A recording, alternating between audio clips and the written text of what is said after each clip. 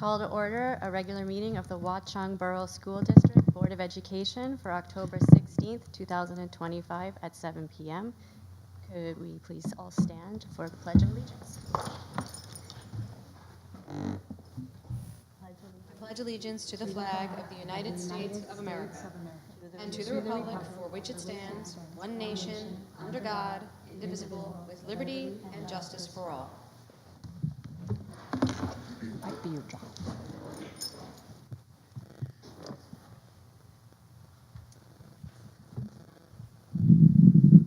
Welcome to a meeting of the Board of Education of the Borough of Watchung. Please be advised that this and all meetings of the board are open to the public and media, consistent with the Open Public Meetings Act, Chapter 231, Laws of 1975, and that the advance notice required therein has been provided. This is a regular meeting of the Board of Education of the Borough of Watchung, at which formal action may be taken. This meeting is being live streamed on the district website, where a recording of the meeting will also be provided. The public will have an opportunity to be heard, as shown on the agenda, at points in the meeting provided for the public to address the board. Recording or photographing, other than for private, personal use, requires the consent of parents or guardians whose children may be included in the image. Have a roll call, please. Mrs. Amadeo. Yes. Mr. Gonzalez. Here. Mrs. Harvey. Here. Mrs. Jewett. Here. Mrs. Maddox. Here. Mrs. Santos. Here. Mrs. Agliaro. Here. And Mr. Frage and Mr. Kraft are absent. Thank you. Moving on to presentations, Mr. Connor O'Brien from Legacy Construction Management was unable to make the meeting, but he sent in these notes. So I will read them out, and bear with me. These were just handed to me, so I have not read them. So this is the referendum update for Legacy Construction for October 16th, 2025. At Bayberry, on the H&S punch list item for HVAC unit toe kick is to be installed on 10/20 while the district is closed for staff and students on Diwali. And punch list item is redo pipe insulation of pump number 1 is complete. For Valley View Middle School, installing 4 metal plates to seal off existing abandoned exhaust fan grills Monday, October 20th, while the district is closed for staff and students for Diwali. Roof leaks. Advanced Roofing made a preliminary warranty repair with Ricky Boyd's involvement. Breaches in the rubber roofing were temporarily caulked with sealant. Assuming successful verification after the next rain, they will return to provide permanent warrant repair. Ongoing construction at Valley View Middle School in the courtyard. Railing at concrete seating and HVAC areaway grading to be installed Monday, October 20th, while we are closed for Diwali. Punch list item at Compass to remove a pink stain from the surface to be completed and resealed, and that was completed on will be completed on the 18th. The shade structure installation is tentative for installation either the week of November 3rd through 7th or November 10th through 14th, and it's pending delivery. A formal punch list will follow, and landscaping is being directed with the Valley View School faculty. Sports courts, civil engineering plans are anticipated to be submitted next week to the township for the new sports courts and the maintenance shed. A new 6-foot black vinyl fence permit is expected Friday, October 17th, with work to commence Saturday, October 18th, and into the following week. Permit for the sports courts are anticipated 2 to 3 weeks after the plans are submitted. Once received, sports courts will work to start and is expected to take 3 to 4 weeks. All materials are ordered and will be on site when the area is available. And final topsoil placement and seeding are subject to the weather this fall. Simultaneously, ATEC is expected to bid the shed construction of the slab and surrounding area. This work is expected to take 1 week.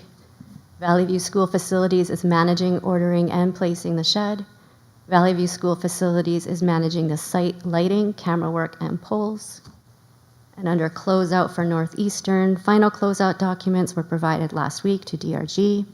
1 remaining item had been requested by DRG and is expected Monday, October 20th.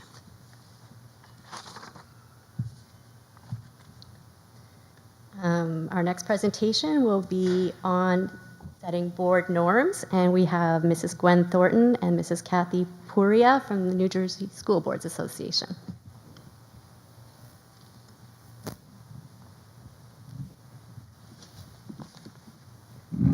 You can adjust it back. I'm short. Good evening. It is so nice to see you all. I'm really here. Kathy's going to do most of the presentation. But when we think about norms and thinking about what they are, they're really about agreements among and between board members about how you're going to work and interact together. And I was thinking on my way over here in the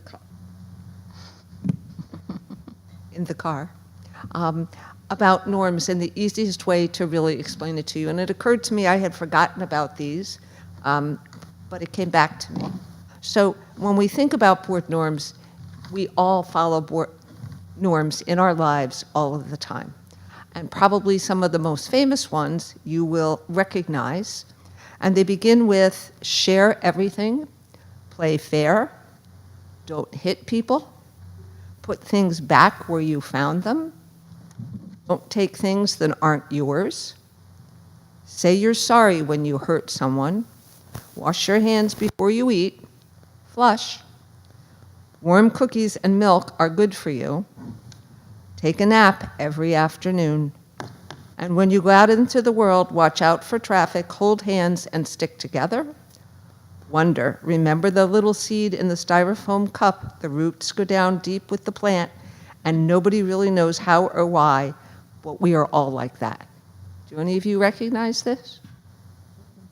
Everything I needed to know, I learned in kindergarten. And really, board norms are the same type of thing, only in relationship to how you as a board communicate. And some of those, believe me, are still applicable. Playing fair, being kind, listening to one another. Those are all examples of board norms. And I thought it was fun to relive that for those of you who might remember it or remember. I'm sure if you asked your children who were in kindergarten, they would have heard that exact list of things over time. And that's really what board norms are about, right? How we're going to work together and interact to be more effective as a Board of Education. They're just simply that kind of list. So Kathy's going to give you some examples about what that looks like for before a meeting, during a meeting, for your committees after the meeting. And so it's food for thought for you to think about this evening as you begin to think about setting those. So I'm going to sit down and let you take it away. Hi, nice to see everybody again. So we can go to the first slide. Thank you. So as Gwen said, norms are just an effective tool for board governance.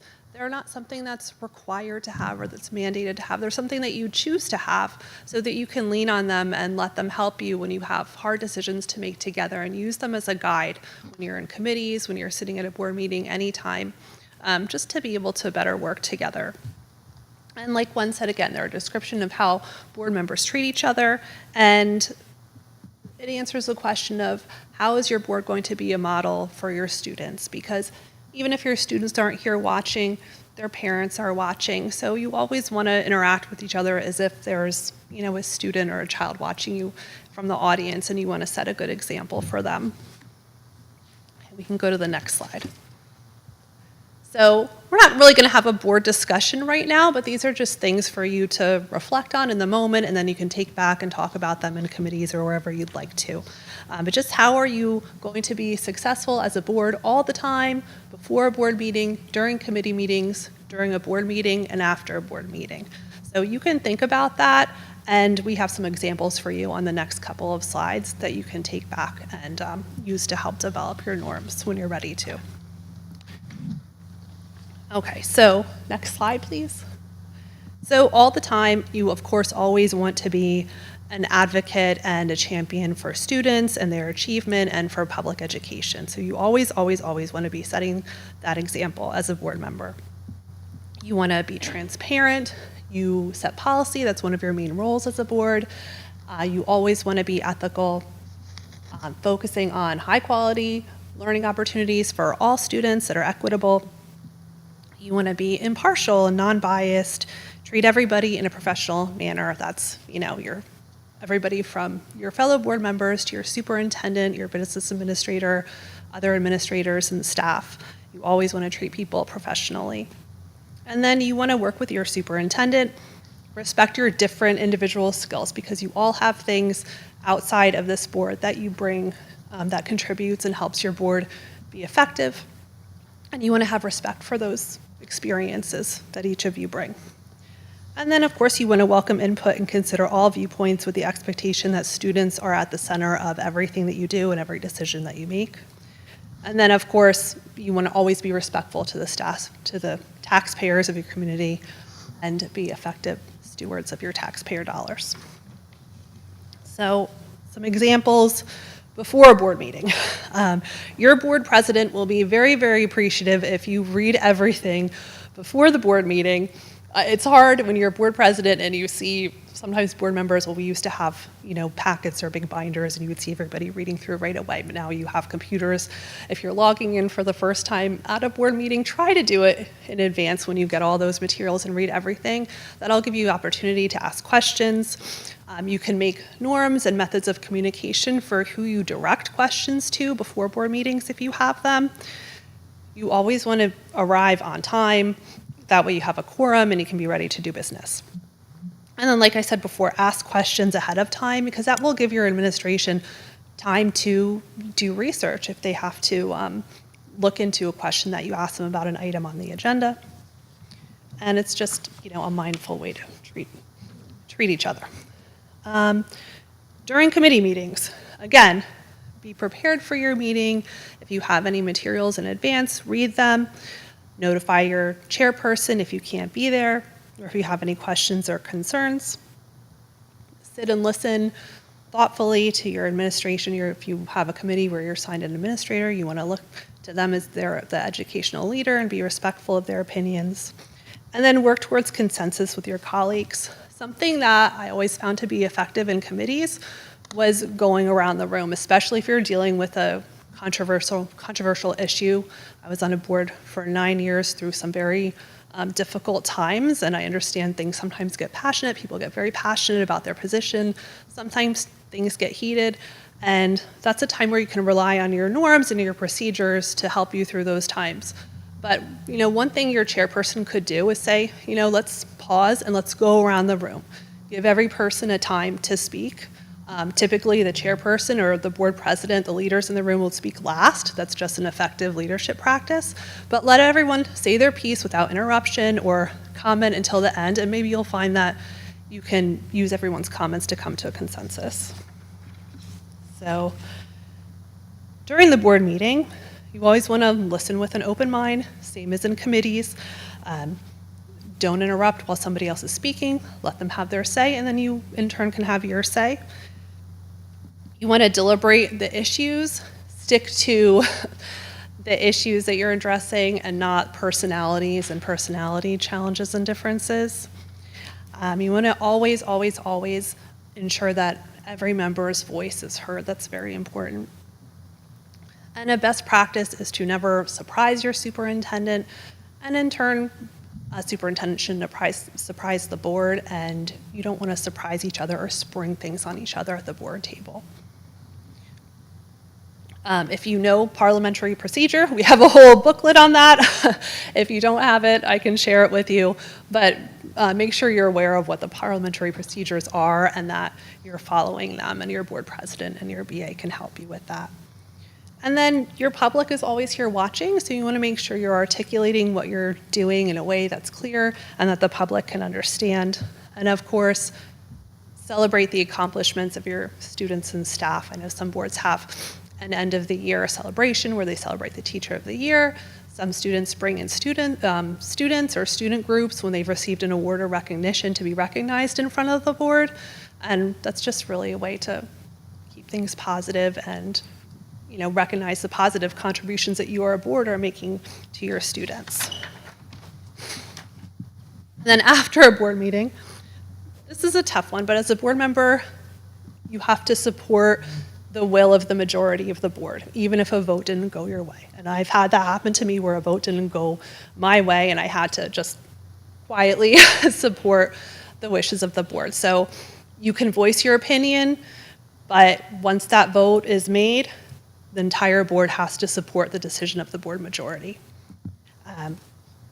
You respect the time of your board team and administration by setting clear expectations of board member time commitments and not making individual requests for information or visits to the administration. So that's where if you have something, like I know your board president had mentioned a handbook, but that's something where you can maybe have a handbook with those communication procedures written out. So, you know, if you have a question on something that's on the agenda, or you want something added to the agenda or a committee agenda, like who do you contact? What are those processes? If you have a question on a item on the agenda, do you contact the the committee chair and put it through to the appropriate administrator? Like, what are those processes? And those are things that you can discuss amongst yourselves and put into place. You want to take responsibility for the work of the team and follow through as agreed upon with a strategic focus and a plan towards the future. And you want to be present in your school community. So if you can, try to attend functions, sporting events, concerts. It's nice when people see you as an active part of your community, and I'm sure that you all are. And then always strive to develop professionally and individually as a board member and as a board, which I know you're already doing because you're working toward your board certifications. There also are individual certifications that you could go for, like certified board member or master board member, but if you're setting your goals and you're participating in group training, you're doing a great job.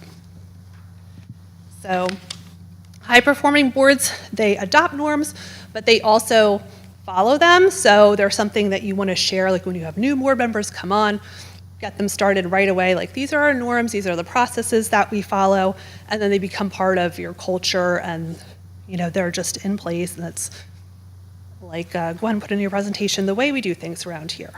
And then use it to guide your work. So upholding your norms. So this is a discussion that you can have, in your committees. Are any of the norms you have developed ones that you can't live with and abide by? So that's, a question that what you want to ask when you're developing these.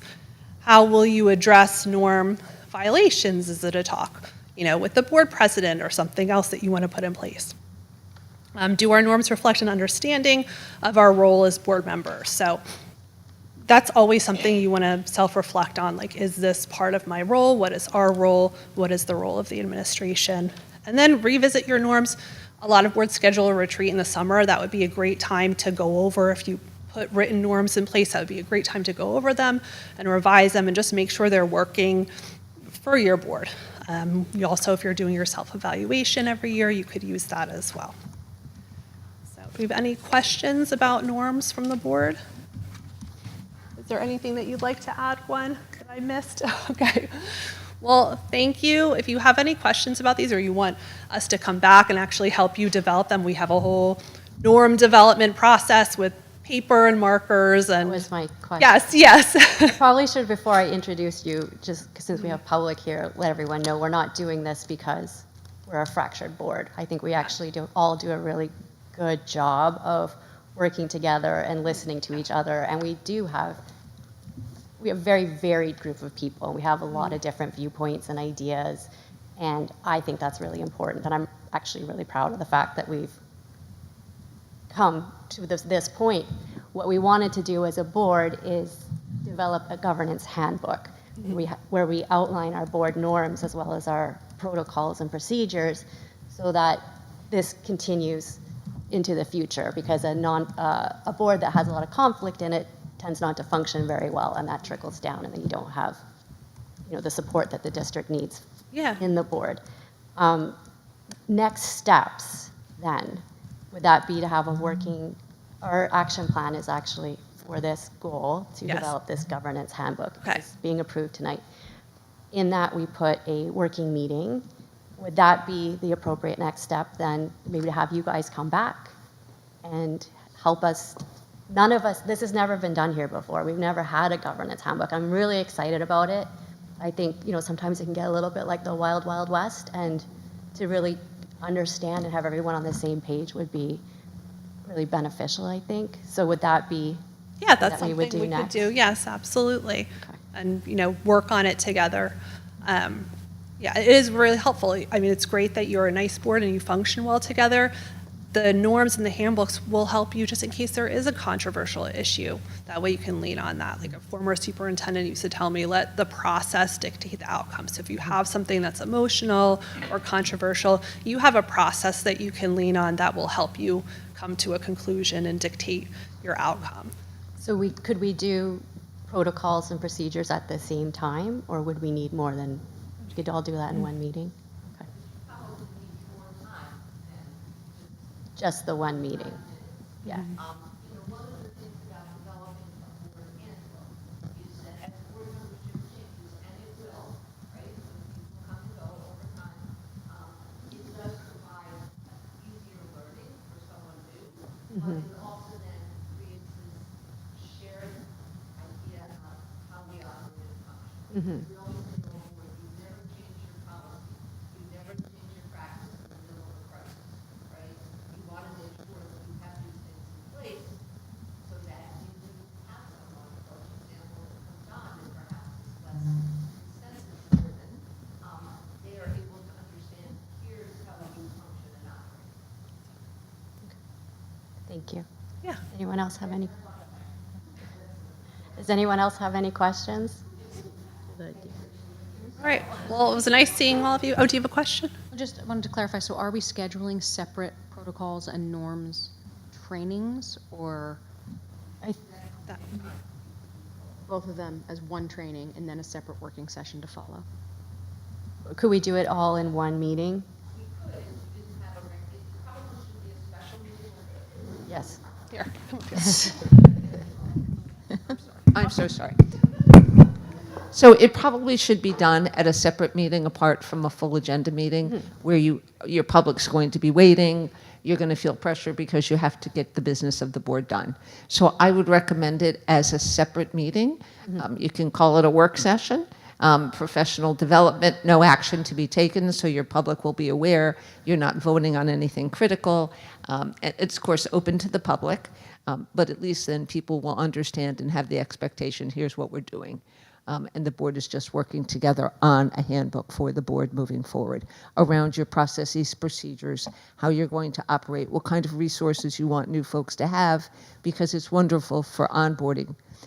Because we now have that beautiful interim period between November and January that in the old days when the elections were in April and in 2 weeks later in May, you were sworn in. And people look like deer in the headlights. And now you have that beauty of that time to be able to onboard in district your folks ahead of time so that when they sit at the first board meeting, they don't feel so lost. It's still confusing. I'm not going to tell you it's not, and you know it is, but they will be much better prepared. So we don't need any additional trainings. We could move into a working session, special meeting, where we would start to develop the norms and the protocols and Procedures. procedures. Yes. Okay. All right. Did that answer? All right, great. So reach out to me and let me know about that. I will. I look forward to seeing you again soon then. Thank you so So much. I thank really you. Nice appreciate seeing it. everybody I again. expect to see you all next week. You will.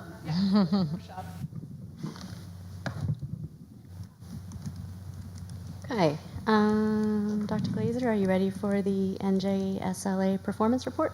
I think we all are. It's a team effort here tonight. And as thank you, Gwen, Kathy, you're not sticking around. We'll see you soon. Well, next week at the conference.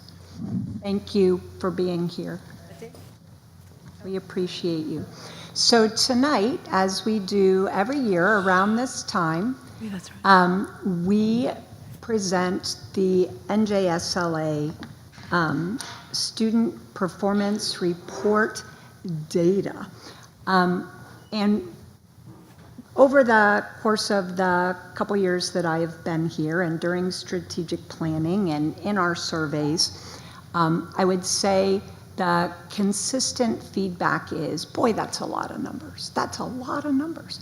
But the purpose for what we are here to do, right, is to share the data. That is our responsibility, to share that publicly, but to also share what the analysis of that data is, our growth strengths, the areas of focus that we still have. Our commitment hasn't changed to making sure that every child is, meeting or exceeding the standards. Our message hasn't changed at all. This data is telling a story, and we have to follow that story. For tonight, again, we responded to some of that feedback, adding some additional kinds of slides, additional kind of information, so the presentation isn't just numbers. So you can hear about progress, so you can hear about the impact of focused instruction, focused services, professional learning, and then obviously the collaborative efforts to meet that goal for everybody meeting or exceeding. Tonight you have Mrs. Fickner, Denise Fickner, our principal from Bayberry, Mrs. Kidd, our principal at Valley View. We have, I know Ms. Kidd, it automatically flows. Mrs., I should have done it in a different order, it would have helped me. Mrs. Marmello, who is our interim director of special services. Together, I hope they are going to be able to share a story, and it's a really good story to hear. Not that there's not always more to do, not that there's not always room for growth, but that continuous learning is the goal, and I'm excited for you guys to be able to share it with the community. All right, well, let's get going. Let's Thank go. you for that intro. All right, so we're going to be talking about the Spring 2020 administration of NJSLA, and yes, we're going to try to summarize, highlight things for you, because that's really what everybody wants to know from the numbers. So, all right, Erin, let's move forward. So we had NJSLA English Language Arts, grades 3 to 8, and then math was also 3 to 8, and end of course assessments in Algebra 1 and Geometry. And students in grades 5 and 8 took the science NJSLA. Do you want to go back and forth? Go for it. Okay. Yell when you Just want me to talk. boot me out when you. Okay.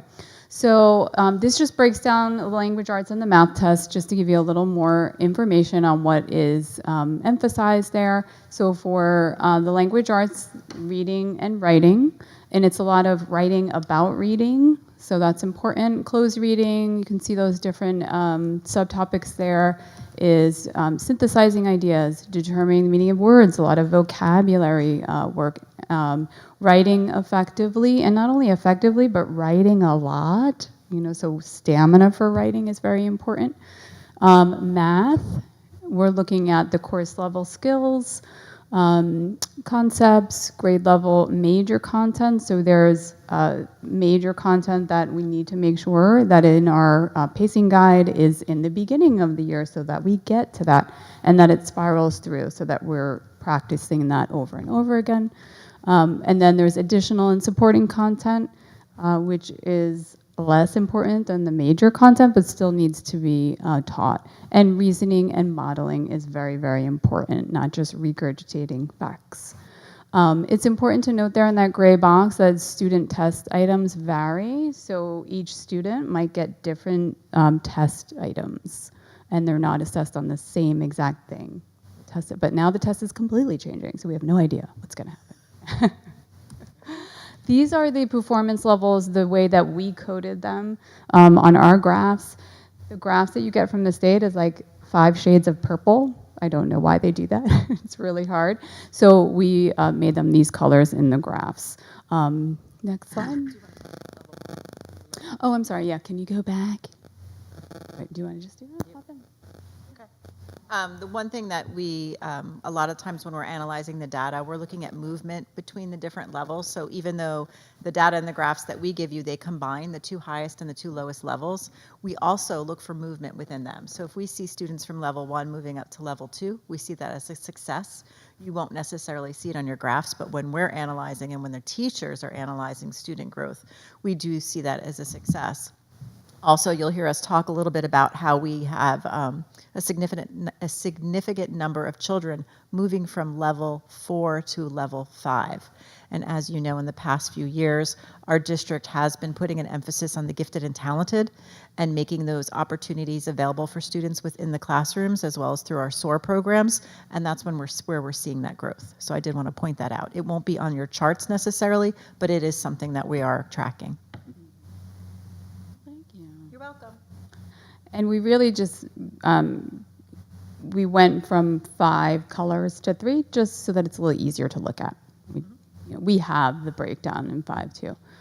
All right, so these are the important things to note, and we can go back to these after looking at the graphs too. So these are all of the highlights, okay? So across the board, we did better over the state significantly, and you'll see that. So that's across grade levels in both subjects, okay? Levels 1 and 2 are consistently below or comparable to state averages, showing that we have fewer struggling students. And again, that's a success for us. We also outperform the state in levels 4 and 5, showing stronger overall proficiency and achievement. Do you want to switch on? Okay, whatever you want to do. All right. You made me do the whole thing last year. I know. I wasn't here.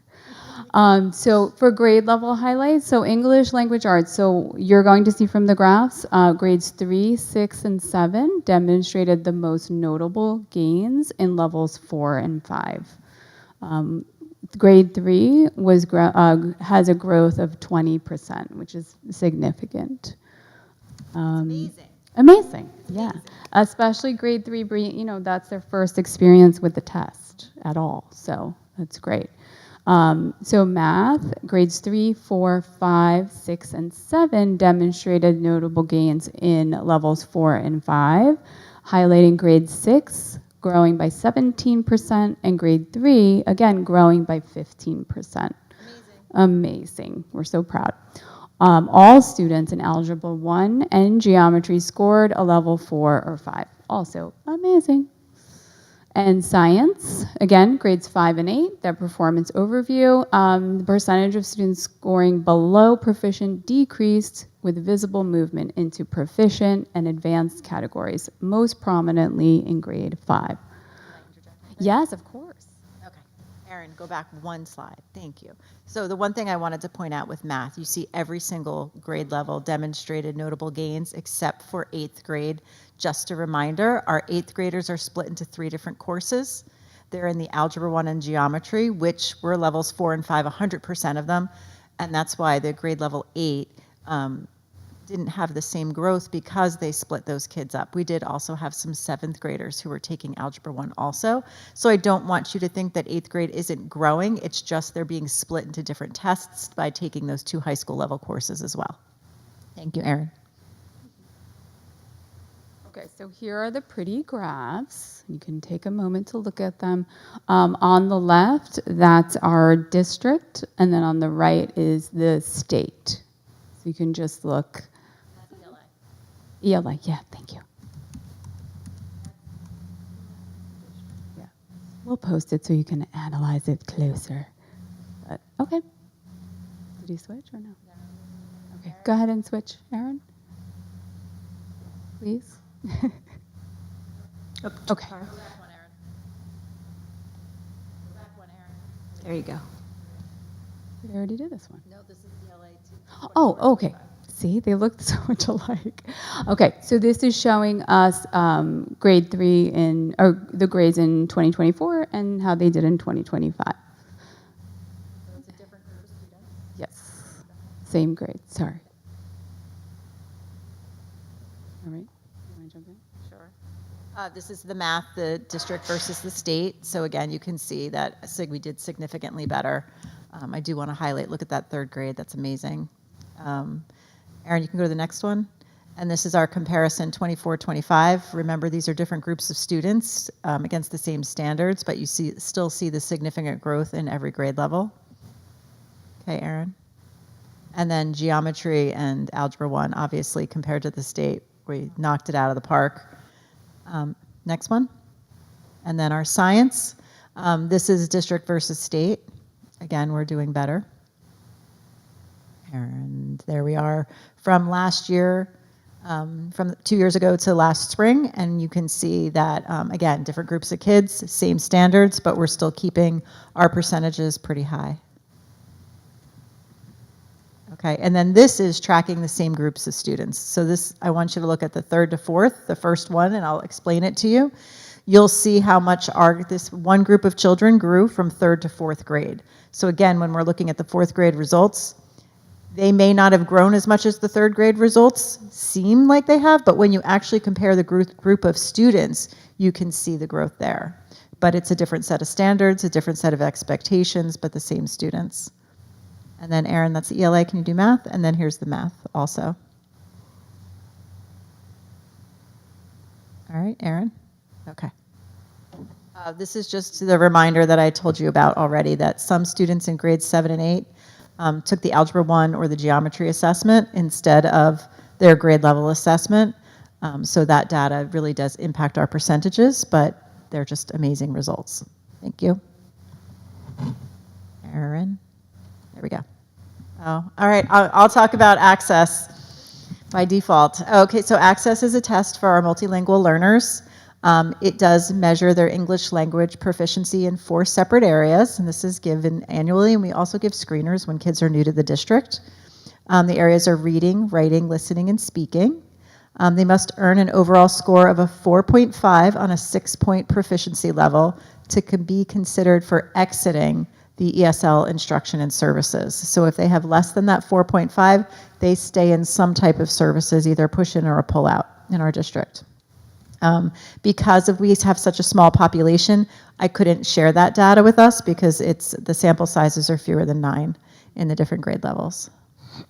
But this is what the chart looks like, and these are the different levels. So you're considered limited English proficient up to that 4.5 again. At that 5, they think that you're bridging, so they'll see in all areas of language that you are getting much better, and then you'll be exited and just in the regular classroom. But we do continue to monitor students once they're exited from the program, so that's very important, because as the content and the expectations change as they get older, we don't want to have them backslide, so we're going to keep monitoring them and then see if they still need services of any sort. Next, Aaron. This basically just gives you a description of each of those levels, so you know, entering, emerging, developing, expanding, bridging, and reaching. When they are tested, they're tested on their oral skills as well, so they have to do some speaking with looking at a picture prompt. They have to expand on stories, as well as their traditional reading and writing. So all of these levels are applied to those different types of tasks. Next, Aaron. Oh, good. Somebody else. Hello. I just want to congratulate the district really for amazing results on the NJSLA, because it's not easy to get those results compared to the state results. So quite impressive. Great job. The dynamic learning maps are another assessment for our students with most significant cognitive disabilities. It's an alternate assessment. It breaks down the New Jersey learning standards into its smallest components for our children that have the most difficulty with grasping larger concepts. And so it's also provided to students once a year, those that are identified for taking the dynamic learning map. And it breaks it down into their most essential elements, which are really more grade specific to those that they'll be able to do or show rather than to always have to write and read. So it is just an alternative assessment for the students with your most significant disabilities. Okay, go to the next one. Thank you. Okay, And the results of the DLM are not shared. They are shared with parents during the annual review meeting, one of the meetings that students with IEPs have throughout the year. And during this time, the IEP team uses the information on the DLM or from the DLM to write new goals for the students and objectives for their IEPs. Whoops. You can go back a little bit, but that's okay. Similarly to the essential elements, what some students do with or learning styles, they break down the teaching into these small pieces called discrete trial learning, and that's similar to what they get assessed on, or the way they get assessed when they're doing the dynamic learning map. So again, it's just broken down into smaller components for them to help them better understand the basics of what they need to learn. Okay, thank you. Thank you, Marie. All right, which brings us now to the district goals. I don't know, did you want to talk to these or no? You want me to just go? So what happens, the reason that our goals are there, this data, all of this information informs our district goals action plan, right? It informs our first year strategic plan goals. It's great to say we're going to enhance student achievement with initiatives and ensure systems. Now that we have specific data related to grade levels, related to students, we can feed that into our action plan, update it with this data. Tonight you have the board goals action plan on the agenda for approval. And when we are able to update this after tonight, we'll also have our district goals action plan as it relates to the strategic plan goals on the next agenda for approval. I know it's a mouthful. Yep. But it's important to bring it down to that level. There you go. All right, thank you. Okay, so now we are here to the action steps. So these are the areas that we're going to prioritize by looking, at all of the data that's available to us. We have a fully revised K-4 ELA curriculum. Teachers worked extremely hard on incorporating science of reading practices, research and practices, and aligning resources. So to fully address what the students are seeing on NJSLA, because that was one thing that we did find that some of our resources from before did not match what was required on NJSLA. And then I just said that about science of reading. Talking about the major math content, so our math, we revised our math curriculum as well to incorporate more best practice from some of the trainings that they've gone to, Conquer Math, and also, again, looking at the major content that's in the test and making sure we're just getting to it, right? And it's on the pacing guide early, but it's also spiraling through. Students are going deep into the content as opposed to trying to race through. So that's important, prioritizing those standards. The staff grade level team meetings, focusing on consistency across the grade by looking at collaboratively planning, developing and identifying common assessments. All of those things are making sure our students have equitable access to the curriculum. All right, next one, please. Oh, that's a weird slide. So our building and staff student growth goals are tied closely to the NJSLA and the other data that we have. Multiple points of data, iReady, grade level common assessments. Our non-tenured staff are the ones that have the SGOs, but we all have professional development goals that we're working towards and school goals. We are always analyzing that iReady data and NJSLA, like diving into it, because when you look at a graph, it's nice, but I'm always asking, why? Why did we get that score? What are those areas that we still need to focus on? And that, to me, I know that's fun, but I'm just a nerd. Love school, so. So then our benchmark assessments, we have iReady, and we've implemented a pilot of Dibbles. that are scheduled so that we can monitor growth and progress during the school year.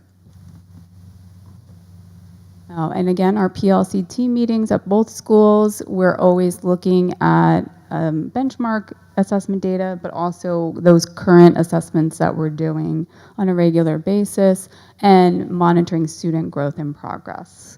Both schools, we've implemented here at Valley View, it's flex, and at Bayberry, it's a win period, but basically it's an intervention period or a time for students to get what they need in the different areas, whether it be intervention, enrichment, ESL, basic skills, all those things. And speaking of basic skills, we've rebranded that to learning support. So we have an addition of learning support services at Bayberry. We hired a part-time person and then also worked it out so some other people had some periods that they could support students as well. And an addition of full-time MLL teacher at Bayberry due to our increasing ESL population, or MLL, sorry. All right, do you want to do something? Nope. Okay. She's making me work tonight, all because I wasn't here last year. So our federal grant monies and youth services grants are dedicated to our Pursuit of Excellence program. As many of you know, it's either before school, after school, or both. Those students that might need more time to learn, so extending that school day or a different approach and a small group, basically tutoring, and that works really well, the small groups with our certified teachers. We've also provided more opportunities for students to actually practice how they're going to be tested. So we're putting some things in place, curricular resources, instructional strategies, where, for example, they're writing about reading online. So they're actually practicing their typing skills and getting better at drafting on the computer as opposed to just on pen and paper, which I love pen and paper too, but we have to make sure they're ready for that online test. There's no option to handwrite it, unless it's an accommodation. All right. No, you ready?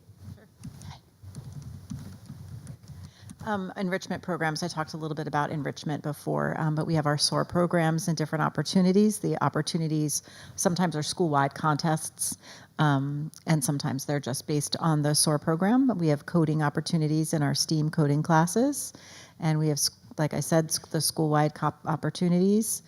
We have Family STEAM Night, we have our visiting authors, we have writing contests, we have our district science fair. We try to extend things as much as possible beyond the classroom for the kids.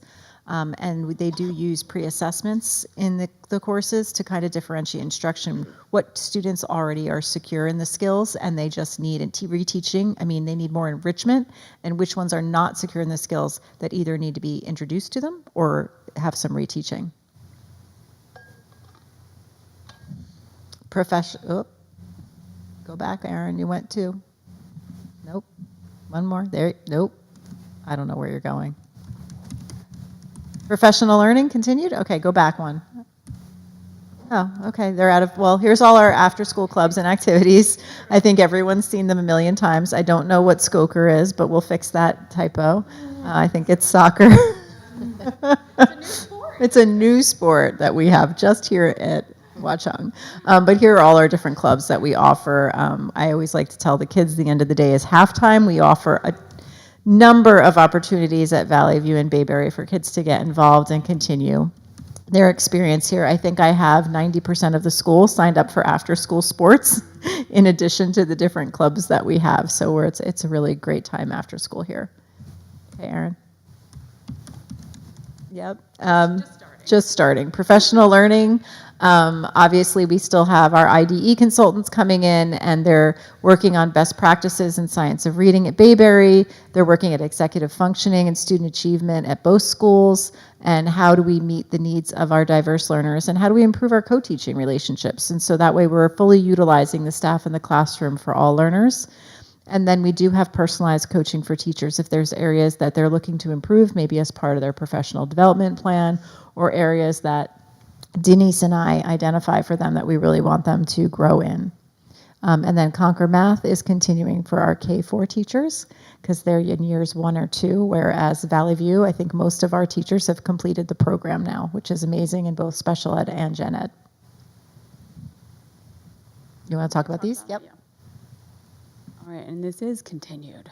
So these are 2 programs. The Lift Ed EDU is used by our autism program, and it's a program that helps them track data and follow their students, and contains a professional development component as well. So it's sometimes it's very difficult to meet the needs of teachers when you have maybe 1 in a school. So that does that for us. The master teacher, that's for our paraprofessionals, because we require them to also have training, and those are just some of the, indicators, some of the things that we offer them. All right, next one. Oh, okay. So these are our, we felt like the iReady was important to show too, in addition to the NJSLA, because this is our district benchmark. So this is iReady 24-25 for Bayberry in reading, and just visually, and it does show you at the bottom how many students and how they moved, but just looking at the graph, it's very easy to see the growth there. So we're very proud of that. And definitely looking even at the red and how much smaller it was at the end of the year. So that's amazing. Okay. This is our math. Again, just visually looking at it quickly, you can see that growth. All right, next one. Valley View reading, same thing. Some nice growth, some nice reduction in those lower levels. Okay, next one. And the math as well, so the same trend. And I think, okay. These are going to be up on the website for you to zoom in when you can. All of these are just the performance by demographic. So this breaks down, remember I talked earlier about the purple shades. So this is all those, and then it breaks it down by gender, ethnicity when it can. Some of the groups are so small we can't report, but it will all be there. I don't know that we need to go through it. Like we don't need to click through them all. Yeah, just so if it's shaded out, it means that the group was 9 or under. Yeah. So that's why we had to shade it out. So we put all of these on this slideshow for each grade level. That'll be posted on the website. And I think the last slide is just any questions? I think, right? Mm-hmm. Okay, yeah. Oh, no, there's one more. Yeah. Yeah, Erin, can you go to the second to last slide for us, please? Just click through quick. Yeah, we just wanted to show some information about this year's test. There we go. Okay. All right, so this is 2026. As we said, the test is changing. The testing platform is different. The test is now an adaptive test, like iReady. So our students are used to doing that type of a test, but we just don't know what it's going to look like. And we are required to do it, but we get no data. This is for the state field test is for the state the field test, right. implement the new platform, but we won't get any data. Right, so that field test we're doing November 12th and 13th. Are you doing all your grades? Yes. Okay. Grades 3 through 8. No, 4. 4 through 8. Oh, I was like, I have to do 3? 4 through 8. Okay. Can I talk about it first? Yeah. Sorry. So for the field test, the kids are going to be seeing test questions that reflect the previous year's skills and content. So our 4th graders, when they take the test, will be tested on 3rd grade standards. The 5th graders will be tested on 4th grade standards. If they're in Algebra 1, they'll be taking the 8th grade math. Just so you know, it's going to be a year behind when they take the field test. I think the thought from the state was they didn't want to overwhelm kids by introducing them or testing them on things they've never seen yet. Whereas in the spring, they'll actually take the real grade level test. Their other thought was they didn't want them to see the test questions and the things that they were going to be tested on in the spring and the fall. So I thought that was interesting. Okay, so, and these are, just go back real quick. And again, this will be up on the website just so everyone's aware of the testing windows and the dates. It's actually, it's already up on this. website. Oh, it is? The district. We need to fix the one's typo. Scott soccer. No, the assessment, wow, that was- schedule is already on the district on the website. website already. All right. All right. So, any questions? Are those graphs on the website? This right presentation now. goes up after the whole thing. Okay, 'cause all those graphs, I'd really love to see them. Yeah, that's the important part. Yep. It's there good to just any- digest them and zoom in and really look at them closely? Yeah. Are there any from the demo pages that are just too small to see? Any high or low lights that we should know about I think we highlighted everything. The demographic sheet. from the demographics? Oh. Anything we should know in there? I don't So the think so. populations are so small Yeah. that when we're looking at that, we end up really looking at individual students rather than like in a larger district. I could tell you, well, this certain demographic is having an issue with this area. Maybe there's something with our programming or resources. Because our numbers are so small. Sorry, Erin, I know you're cursing at me right now. Because our numbers are so small, it really ends up being about an individual child. Got it. Which is very informative to us, but that these charts don't really help inform us on a specific demographic. We would always like to see, we've increased our numbers of females in Algebra 1 and geometry, so that's something that we want to continue to support, and in STEM, so those are good That's what I was things. going to say too. Yep. Like we do look at gender. We're curious to see how our students are doing gender. Some of it is typical that we see the girls doing better in language arts, but we are trying to shift that. Also use it, opportunities, right? You can, again, not to, in this forum, make individual students, but you work on equity, right? Access to learning supports, or access to the SOAR program, access to other opportunities that you might not have noticed, right? Didn't include everybody until you looked at that equity. Yeah, I know, Dory, we've looked at the numbers of students with IEPs and 504s and that were ESL, that were a part of our SOAR program and that were in our enriched programs before. So that's something that we're always looking to make sure that they're included. Well, it's so great to see that our district and our town's investment in the schools, in the curricula, and in the teachers have paid off. Paying off. Thank you. Are paying off, yes. And I mean, definitely the teachers are working really, really hard. So we want to thank them as well. And thank you for your support. Before I say something, does anybody else have questions? Because I do think, Denise, what you said is critical, right? It is that investment. You ask, right, during the budget time, what'll be different? What does this professional learning, reinstating professional learning, what does it mean? What does it mean when we have a relevant textbook or relevant resources, right? So just early literacy initiatives alone, I mean, 19.6 points at grade 3 to grow is amazing. That upward trend still at middle school, 6th and 7th grade, not typical, right? Those are where you're going to see that impact. When you talk about the math, right? That math growth is across every grade level. It's the reasoning, it's in the modeling, and you'll see it better when you look at the breakdown, the problem solving.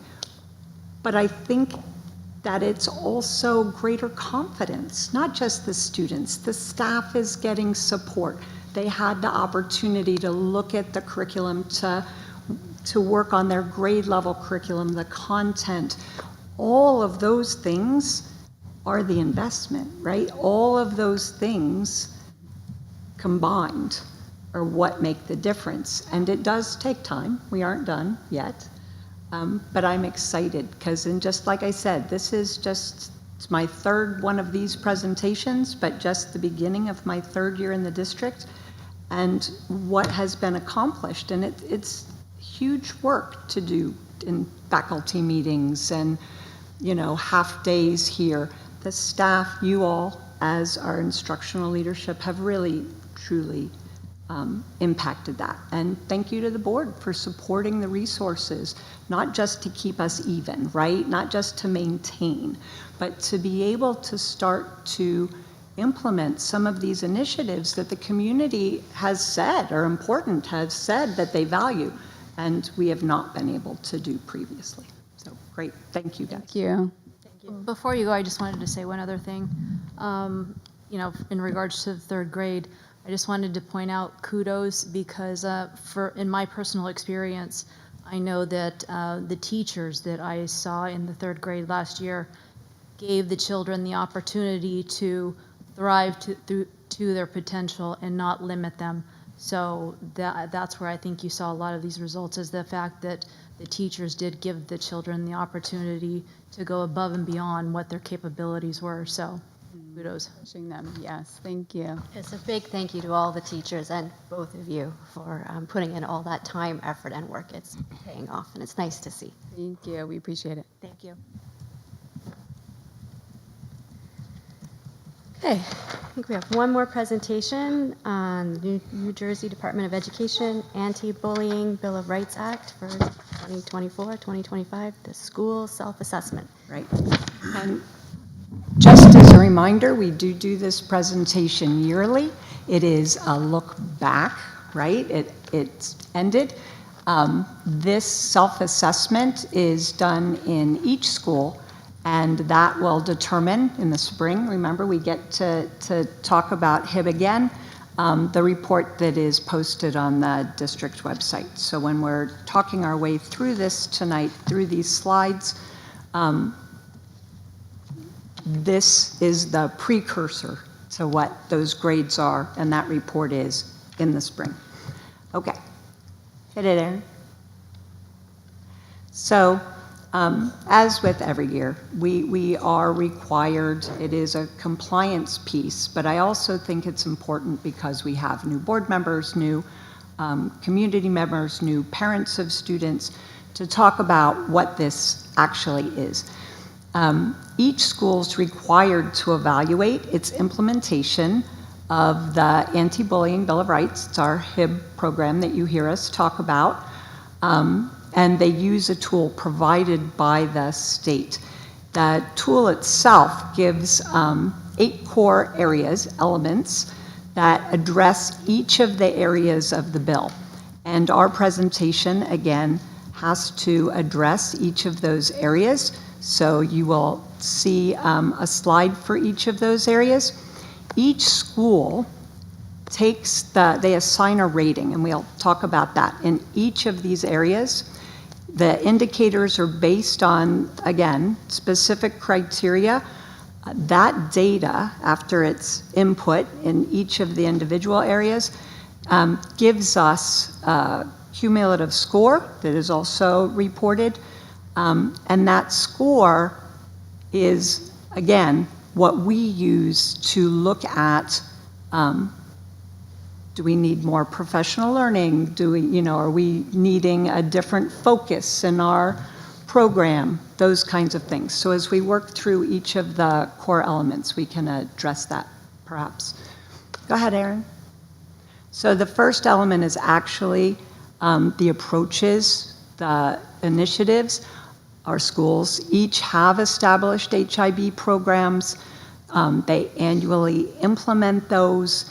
We assess those programs, obviously, and we look at our initiatives designed, right, to improve our culture and climate, to improve the conditions that might prevent or address harassment, intimidation, and bullying.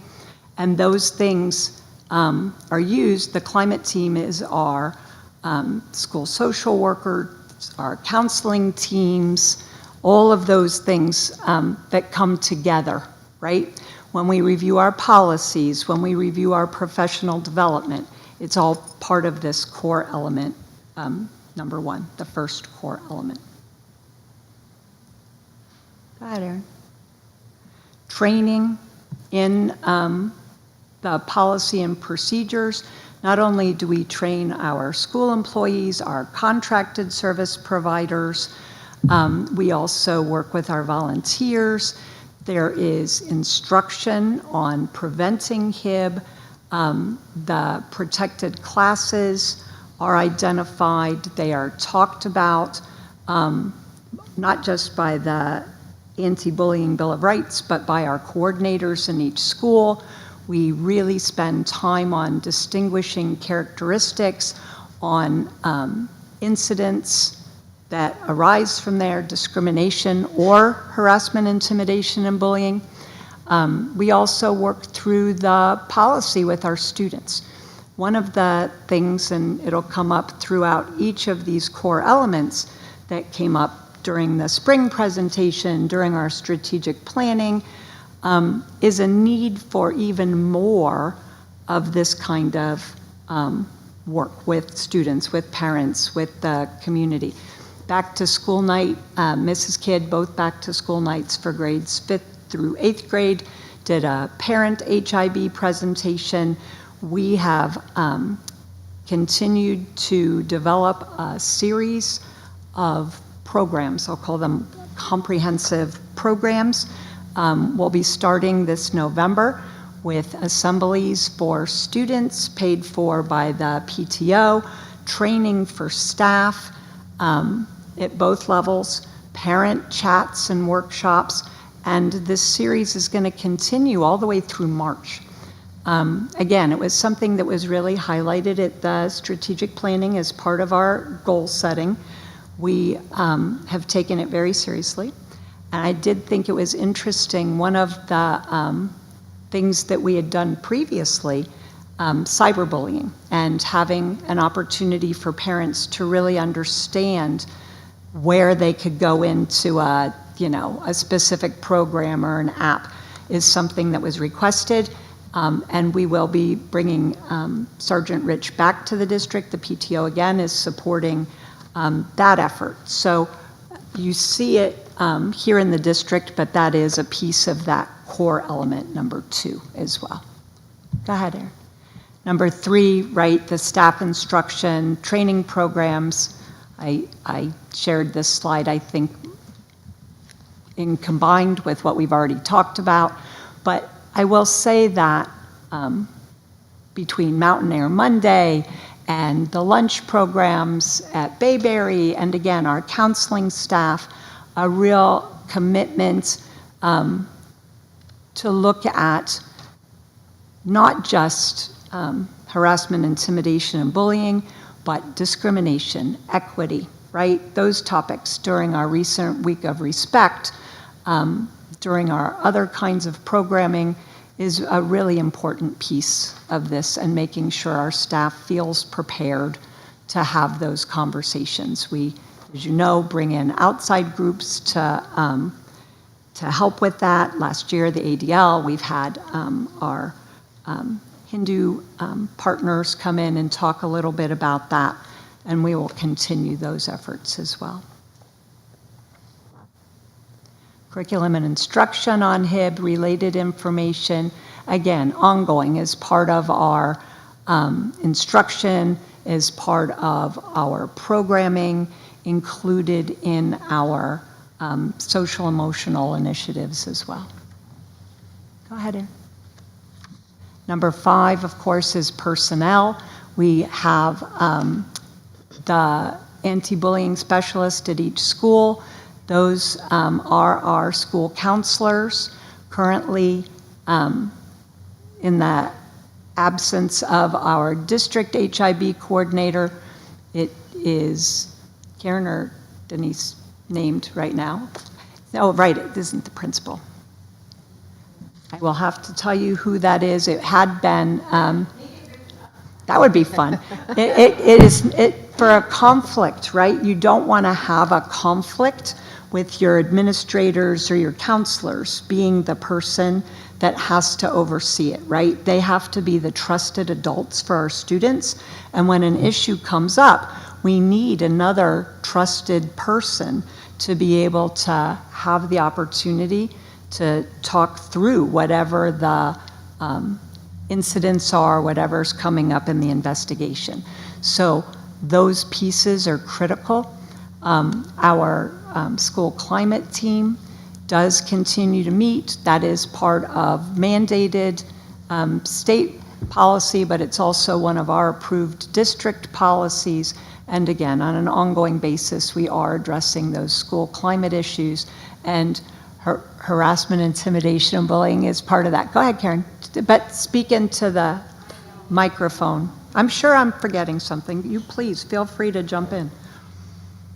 Our school climate team is made of our SRO, There you a go. parent, an administrator, and the school anti-bullying specialist, Thank you. and maybe a teacher. And that is detailed also in our policy for that. Core element 6, there you go. Our incident level reporting and procedures. So all of those elements are a specific process. We follow the same process in both schools. We follow the same process for reporting, for investigation, for following up with families. We follow the same process when there is a report to share with the board. These reporting procedures, are on our district website, right on the front page. It has all of the forms available. If you also feel as a parent, as a community member, that there's something that you want to report, that is part of these procedures. And you hear me say on a lot of topics, see something, say something. One of our parent series arises out of that, right? How are you an upstander?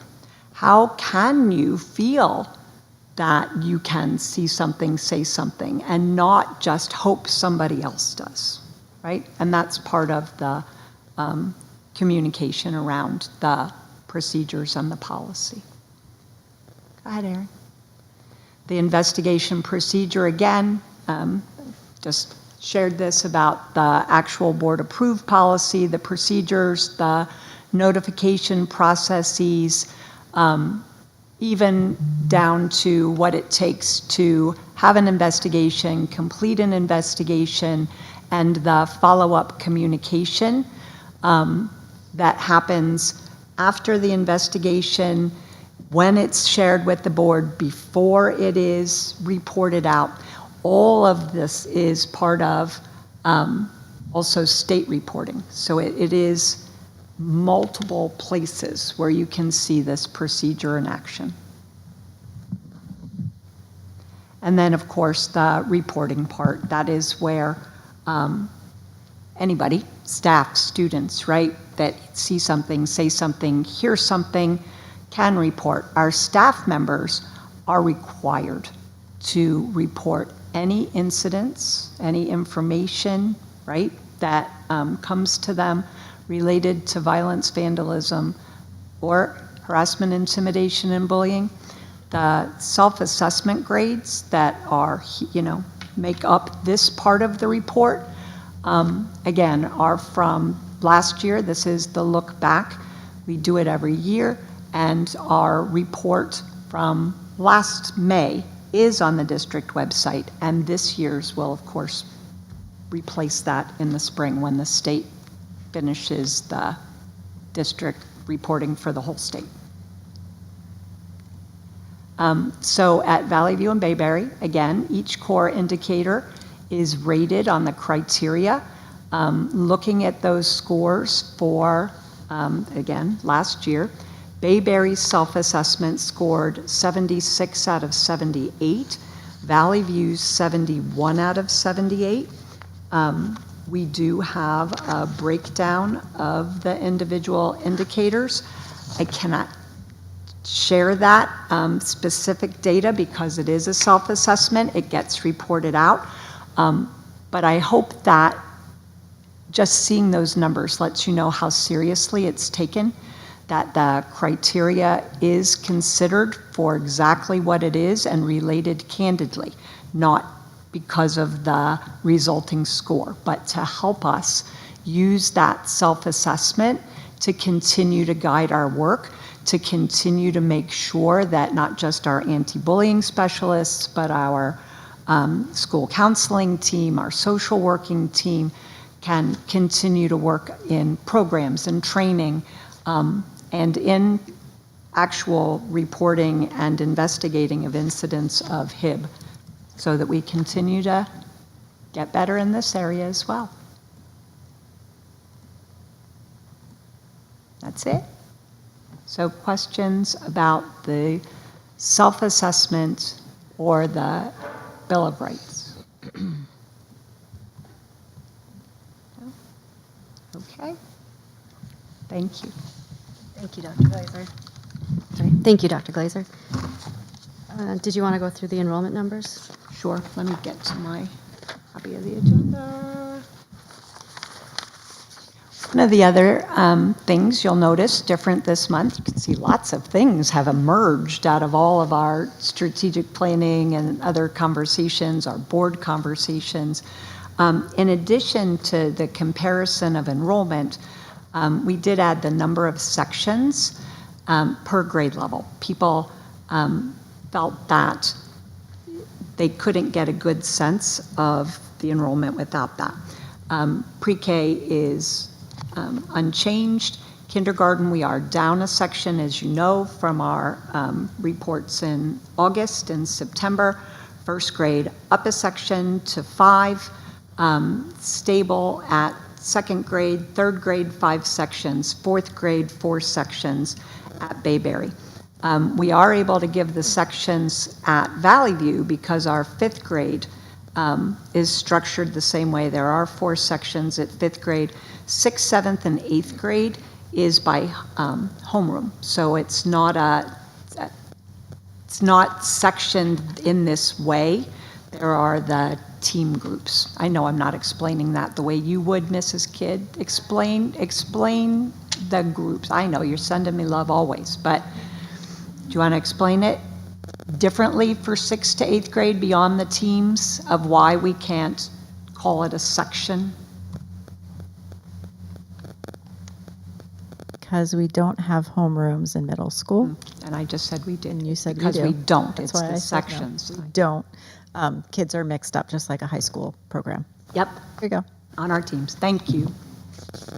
So overall, comparatively, at Valley View, the difference is 3 less students on the same day this year as last year. We have the same number of out-of-district students. Obviously, our Bayberry enrollment is considerably lower without a section of kindergarten. That is definitely reflected in the overall numbers. Down 20, my mental math, about 26 students. Thank you. Principal's report?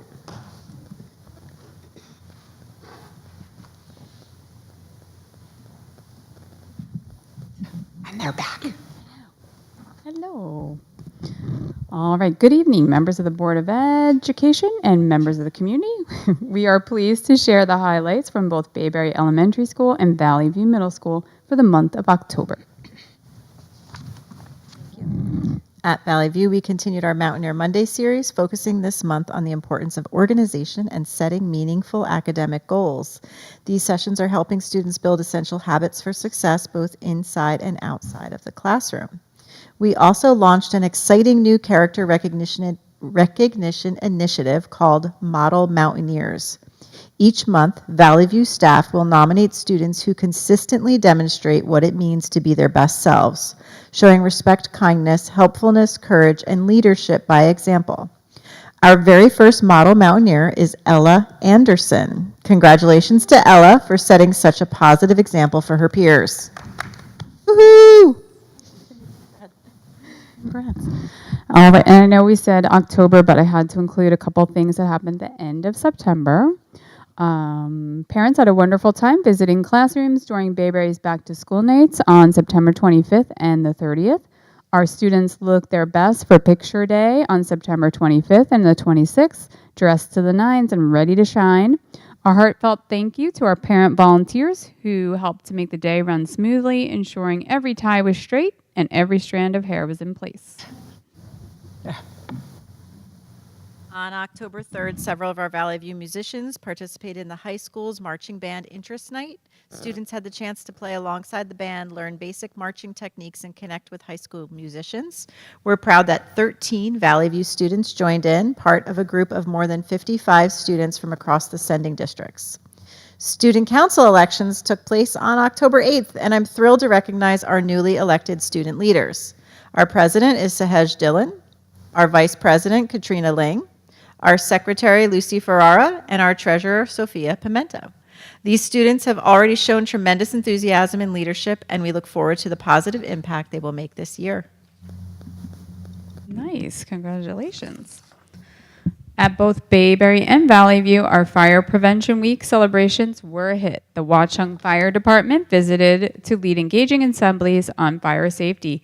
Students who created posters for the fire safety contest were recognized for their efforts, and our kindergartners especially enjoyed their visit to see the fire truck up close. Throughout the month, both schools were alive with spirit and themed activities. We honored Hispanic Heritage Month, Week of Respect, School Violence Awareness Week, and Red Ribbon Week. Students and staff participated through theme days, announcements, competitions, and classroom discussions. A special thank you to our PTO for supporting school spirit by donating leis and sweatbands during our Spirit Week, allowing every student to join in the fun at Valley View. And at Bayberry, the PTO funded an engaging Hispanic heritage storytelling assembly for all of the students. So you might as well wrap it up. All right. October was a busy and rewarding month filled with learning, leadership, and community spirit. We are incredibly proud of the positive energy across both schools and look forward to building on this momentum as we move into November. Thank you.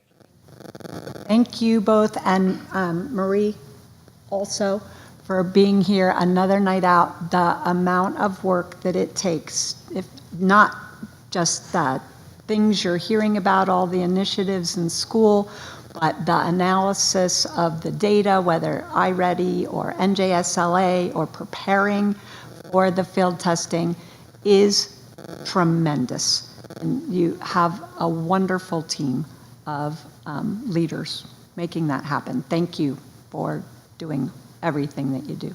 Denise, you might still make it to line dancing if you hurry. Thank you very much. And a special congratulations to those on Student Council. Business Administrator's Report.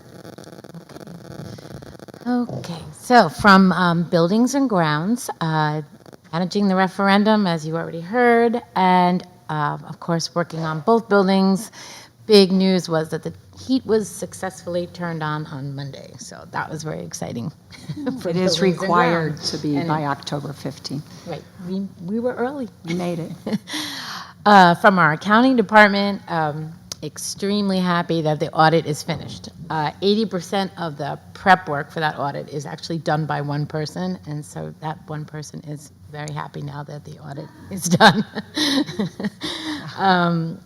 From our payroll department, I got a note saying, never a dull moment in payroll.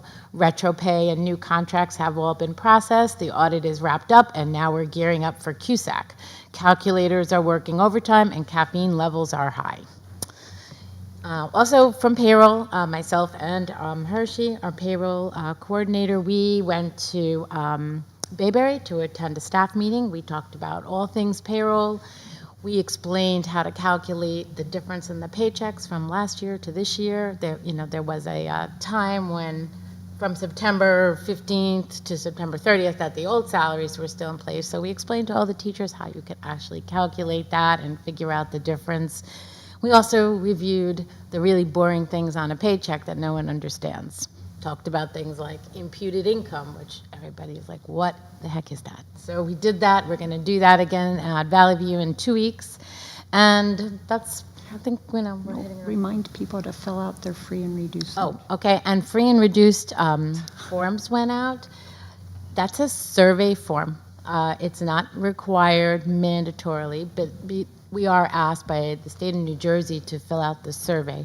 The reason we do that is because we like to check to see who needs, who has needs, who needs services. And so we use that form to guide us. And that survey, whether you think you qualify or not, please, please fill it out, because it is the combined surveys that make the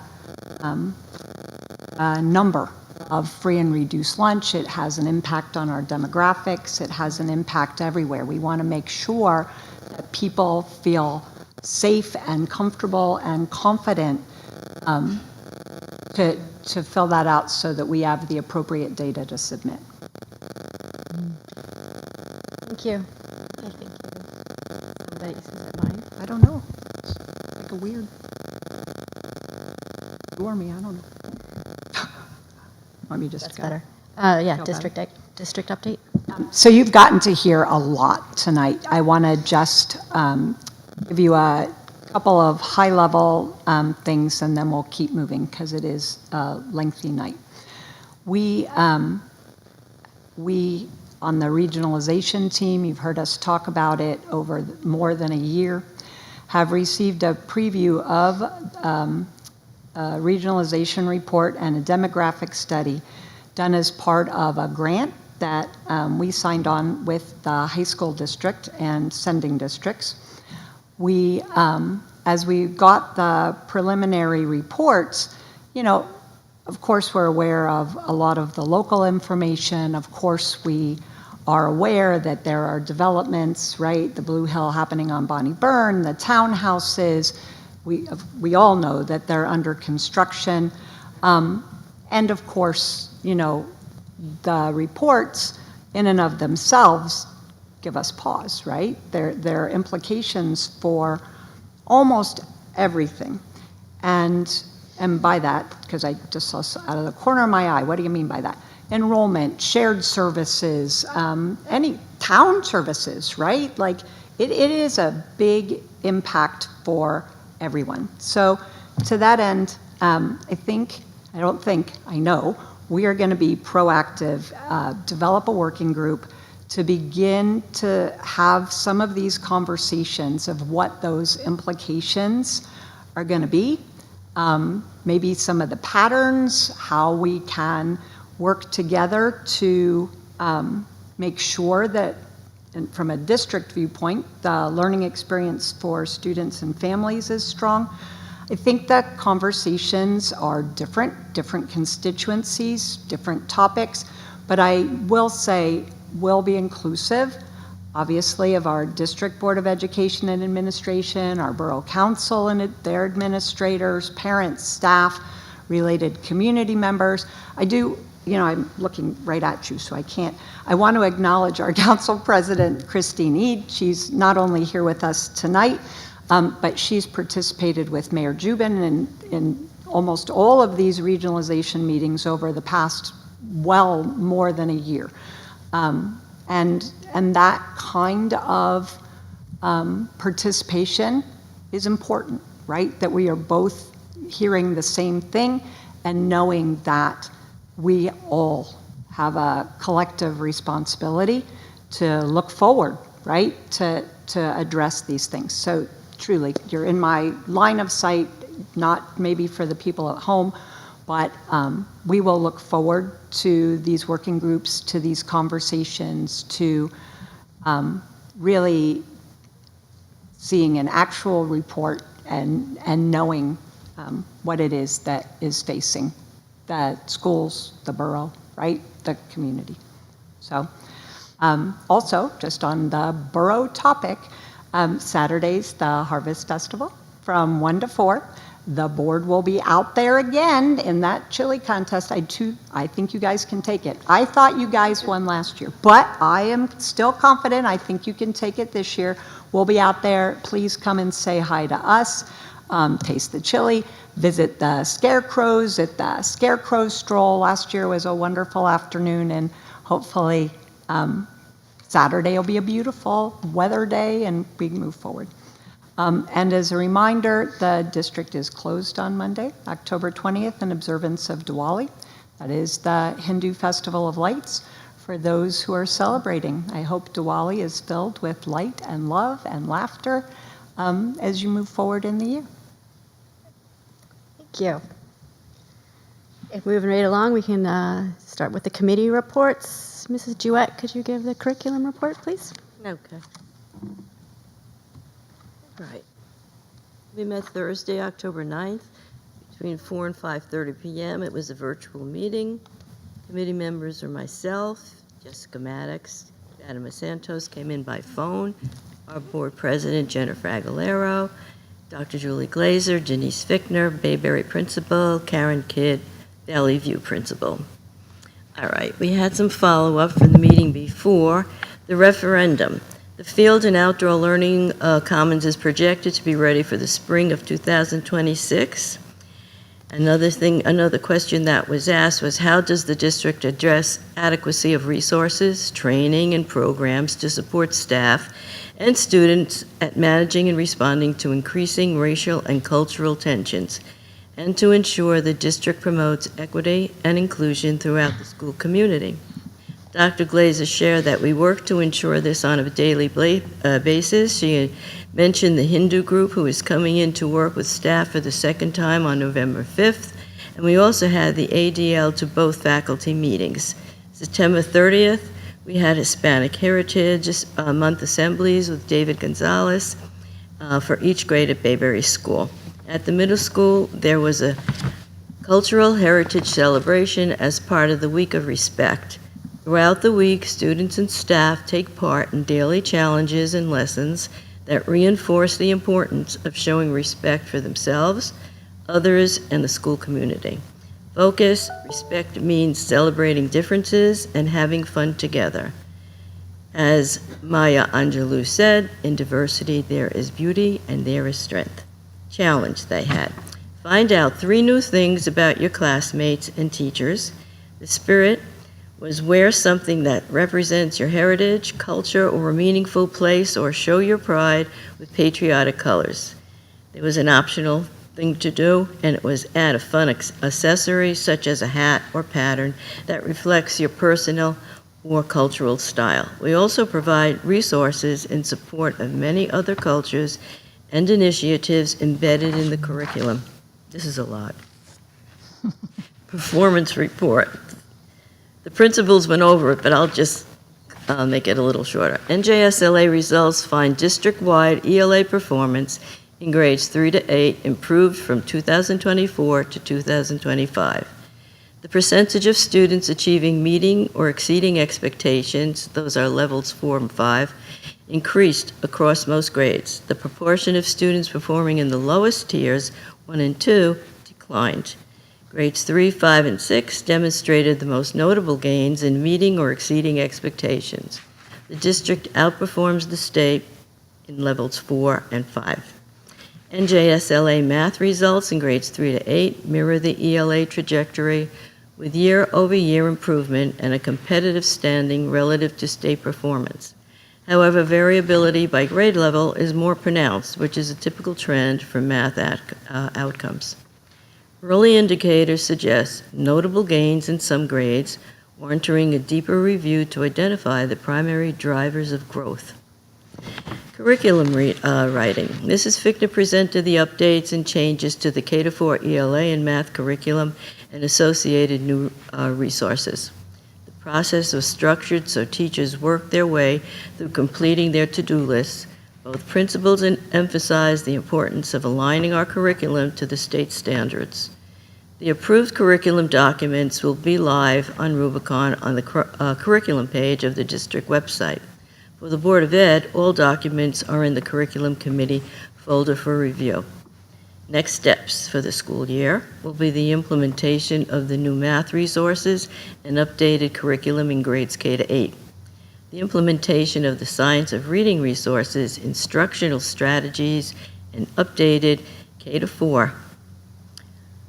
Valley View course descriptions and resources are updated, making sure they aligned with the standards.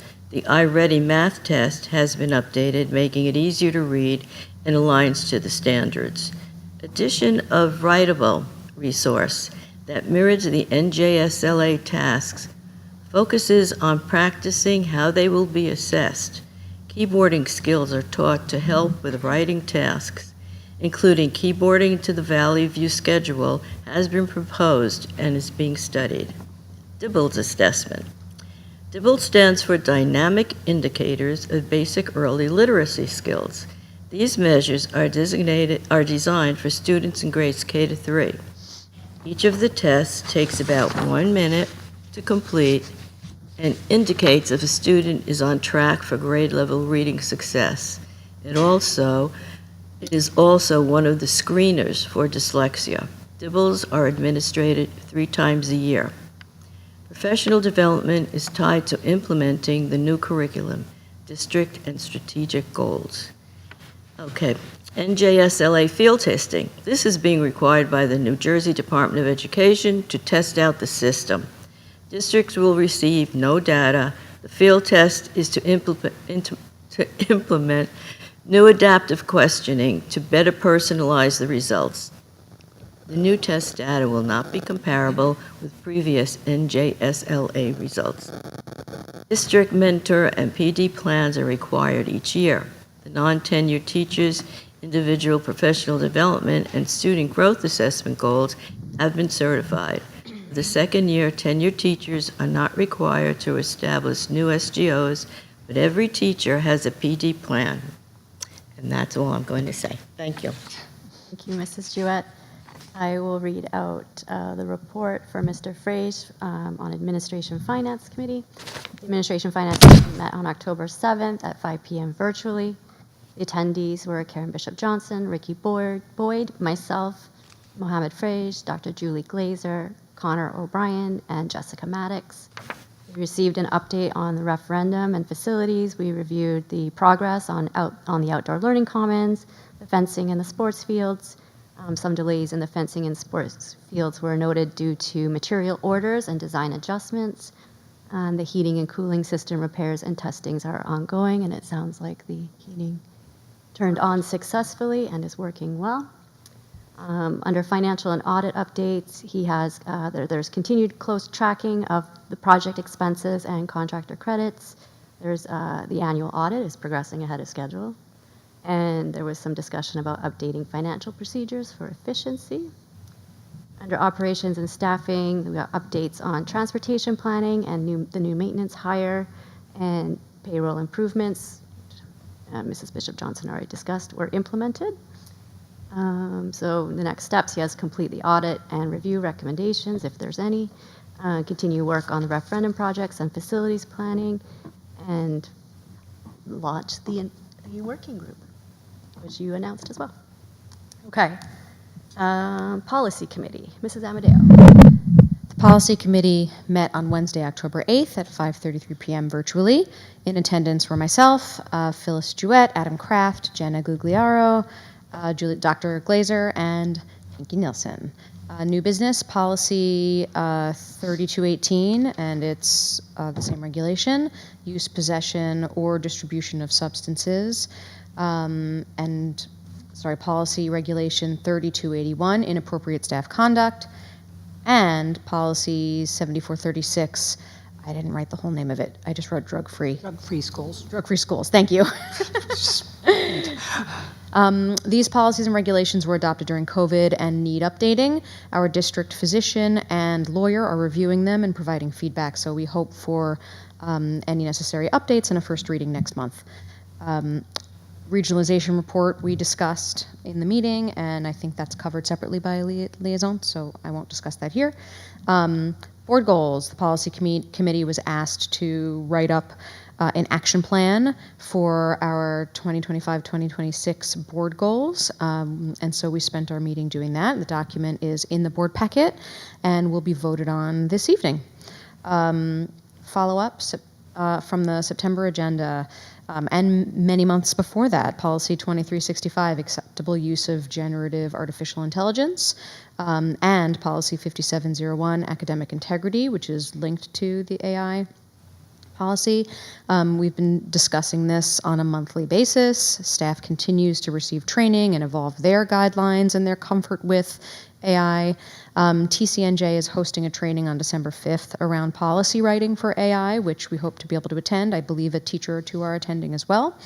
The committee plans to continue to draw on all these updates from various stakeholders, attend this training, and our expectation is that a plan for writing policy around AI will be structured in December and voted on in early 2026. CUSAC, the New Jersey DOE DPR, what does DPR stand for? Good question. We all just signed them. It's the. It's an agreement. I just don't want to say letters. It is the overview. So the district does a self-assessment and submits it. The board will actually get that and have to vote on it next month. And then that self-assessment is compared when they actually do the state monitoring. So that DPR has been published, and a listing of documentation has been shared for each of the 5 monitored areas that we have to report on. This will be reviewed, and then the board will approve it in the November agenda, as Dr. Glazer said. That work is in progress. And finally, our Strauss ESME update. We are currently scanning and loading all of our regulations so that they can get onto the website so that people can view them as they want. A third of that project is done internally so that Strauss ESME can then post it for us. That is in progress. Great, thank you very much. And I just want to say thank you to the policy committee for taking on the action plan for the board goals. I know a lot of effort and time was taken to develop that. We have picked some fairly high-level goals this year. The action plan, like she said, is on the agenda for approval tonight, but the goals included achieving master's board certification from the New Jersey School Boards Association, which requires extra professional development above and beyond our certification that we just received in May. Our very lofty goal of developing a governance handbook. I'm personally very excited about that, and I know we were all a little unsure and confused about how to do it and what it involved, and so the work that went into developing the action plan I really appreciate. And then of course our third one was to ensure that our board communication aligns with the strategic plan and the district goals, and that we're able to communicate how our board work aligns with our goals. So thank you very much. DPR, I looked it up. It's so simple, you would think that I would just know. It's District Performance Review. So there you go. Thank you. Yeah. Moving on, Mrs. Maddox, could you give the report for the Personnel Committee, please? So we met on Thursday, October 9th at 5:30, from 5:30 to 7. In attendance was Dr. Julie Glazer, myself, Dory, and Jennifer. Jen had another meeting, so she was able to meet with us for a short period of time. What we discussed was, I'm going to skip over some stuff because we've talked about a lot of highlights this evening with some other committees. We did discuss the interim director of special services. The interim director she's been performing well. So I know that the question was she able to stay on longer? Unfortunately, her contract ends in December. The interim can be appointed for up to 2 years, but currently she does not have interest as in a long-term position, as she's got something else that she needed to focus on, so she was not able to stay on with us. Committee representing administration, general ed, and special education staff had been formed, so a permanent replacement can be interviewed and hired to begin after winter break. Staff and professional development, based on the strategic plan and conversations, a series of student, parent, and staff assemblies, trainings, and workshops are being planned for the remainder of the year.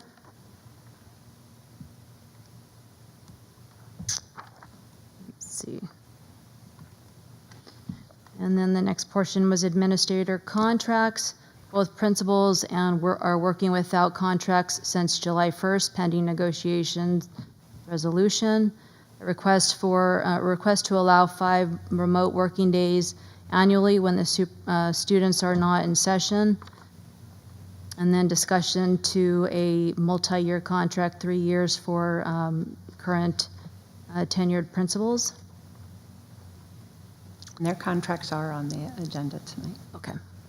Thank you. as part of the reappointment of everybody. One of the other topics was the CUSAC. Danielle just reviewed that, so I'm not going to review it again. Leave replacements and para-educator openings discussed. The reappointment agenda included all staff reappointed May 9th, plus new hires since, and administrators must be reappointed even though retired because, The previous people have asked why we would have Mrs. Dakota on the reappointment, right? And she was with us from July 1st to August 31st, so she also has to be reappointed, even though she is since retired. let's see. And I think that's about it for our meeting. A lot of, as I mentioned before, a lot of topics were discussed previously, so I'm not going to review them again. Thank you, Mrs. Maddox. I personally know how hard it is to jump around on your committee report when half of it's already been reported by the other committee, so I appreciate it. I don't think we need to continue to report out for the negotiations committee. Oh, I think you're almost right. I think we're done, so we can probably remove that from the agenda in the future. Okay. So we can move on to board liaison reports. I'm assuming there's no report for the legislative liaison. Mr. Frage had an emergency, so he's not here, so unless he shared it with anyone. Okay. Mrs. Maddox, do you have a report for the Somerset County Educational Services Commission? I do. Thank you. One of the things that we met on October 1st from 4:30 to 5:30 at the Somerset County Educational Services Commission school. And one of the things that we did recognize Superintendent Howell was honored of Superintendent of the Year for his commitment to student-centered excellence and innovative programming. So, huge accomplishment and definitely a well-deserved recognition. A couple of things that the school is focusing on is behavioral issues, BEP, development by vice principals, incentivize positive student behavior through tiered reward system. And that would be with gift cards and then ShopRite. They do have, which I think is pretty cool, a ShopRite store inside of the school. So students are able to go in and shop, and so they're able to use some of these gift cards or incentives to go shopping. The impact is early evidence suggests a reduction in inappropriate behaviors and improve school climate. So this seems to be working so far. Programs and expansions in facilities is the next topic. So K through 8 program expansions, new middle school classrooms opened, increased enrollment highlights the need for more space, especially for elementary and middle school students. Career Center updates plans to modernize shops such as the ShopRite and create a student-run bistro to enhance vocational training and optimize space. Audiovisual technology program is transitioned from building and trades to audio visual tech due to certification shortages, which supports music and theater industry pathways. And then they are going to start focusing again on sports programs. And this is I guess they have not been able to since COVID. And so now that they're looking for teachers/coaches, which are under negotiations for their contracts. The summer school participation, they had 72 students attend, supported by staff incentive programs to ensure consistency and quality. Staffing, they were awarded bonuses for consistent summer teaching, increased counselor hires to support growing student needs. And they do have facility renovations, which is recent projects, creation of additional classrooms by converting unutilized spaces, such as the multipurpose room, office suite expansions, and roof renovations. And some of this, the financial aspect was savings from tuition reinvestment in facilities, anticipation of future budget flexibility as loans are paid off.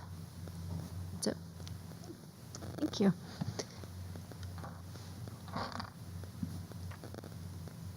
I'm next, Somerset County School Boards Association. Oh no, that's Danielle. Janet Agugliaro and I attended an event, I guess it was last week, on, Yes. it was a panel discussion on AI, which was very interesting. We'll be pulling that information into our policy meetings going forward. Thank you. And for the School Boards Association, the only update I have is that School Boards Workshop is next week, Monday through Thursday. We did sign up for the group rate, so if anybody who didn't sign up wanted to go down for the day, you still can. Just let Mrs. Bishop Johnson know so she can register you, so you can get that badge that lets you into everything. And that's it for me. Regionalization Committee. So the Regionalization Shared Services Feasibility Study Report will be presented to the public on October 30th at 6:30. It's at the high school. It will also be, it's in person, but it will also be live streamed on YouTube. As Dr. Glazer said, the report does include a demographic study that projects, quite unsurprisingly, considering the building that's going on Bonnie Burn Road, a significant increase in student enrollment for us. So that's why the working group has been formed to analyze what we need to do to be prepared to welcome these students into our district and be prepared. And the final one is the Morris Union Jointure. Oh, that's you. So similar to what Jessica shared, the Somerset County, right, Ed Services, also facing, challenges because the special needs student numbers are increasing across the state. It means that requests for enrollment in services, right, are also increasing, are projected to exceed, very, very much like what you're saying, exceed the available space. So looking at, every opportunity, right, they've been working on transportation systems and becoming involved with the electric buses over time. We had a presentation at the last meeting, and Aaron, this is for you. I know you're back there with your headphones on, but this was really interesting. They did a presentation on developing a cooperative purchasing model, like creating their own co-op separate from the ones that exist, but just for technology and just for the 30-member districts. They're working their way through, I hear the name from you all the time, that Mr. Shoup. They're working their way through all of the things that have to happen, the different liabilities that might be involved. I think, in the presentation we saw, starting small, right? Like, what could we get a break purchasing in bulk? Chromebooks, tablets, maybe software, instructional technology, cybersecurity resources seems to be a real high-ticket item that is obviously exploding everywhere. But the idea would be for us, if we all throw in together, right, that we're going to save money, and doing it as part of our member districts, not like other co-ops where we pay a fee to get in or that. So I'll be really interested to hear how it plays out. I think that they're going to survey, oh, they get it? We Okay. already got the survey. Aaron's already responded. Perfect, because they were going to say what we Yep. thought They it would did. do for us. Great, perfect. There you go. Thank you. Moving on to the community engagement reports. Do we have anyone from the PTO? Wes? Go ahead.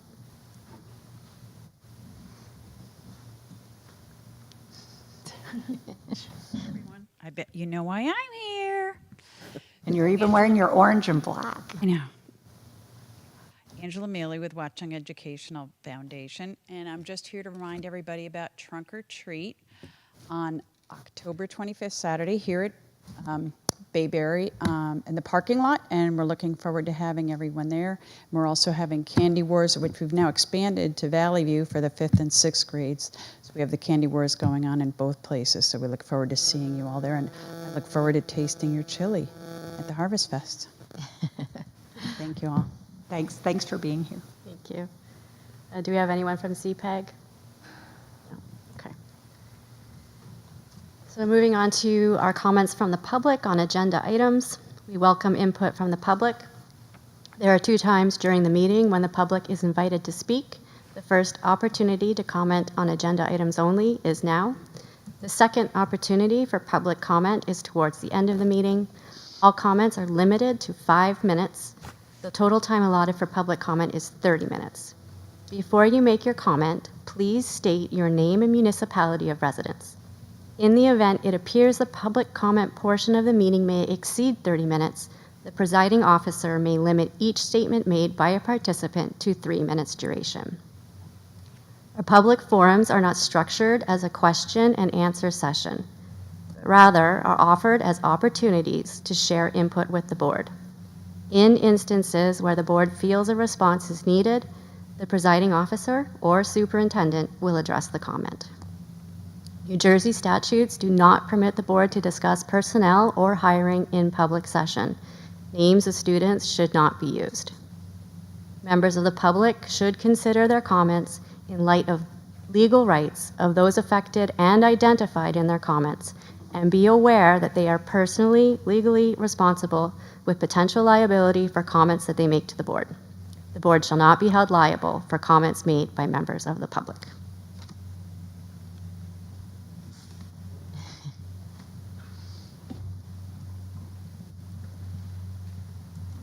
Thank you very much. Christine Eade, Watchung, New Jersey. Just a shout out thank you to all of you, teachers, certainly the staff, and volunteers on the Board of Ed. I appreciate all that you do.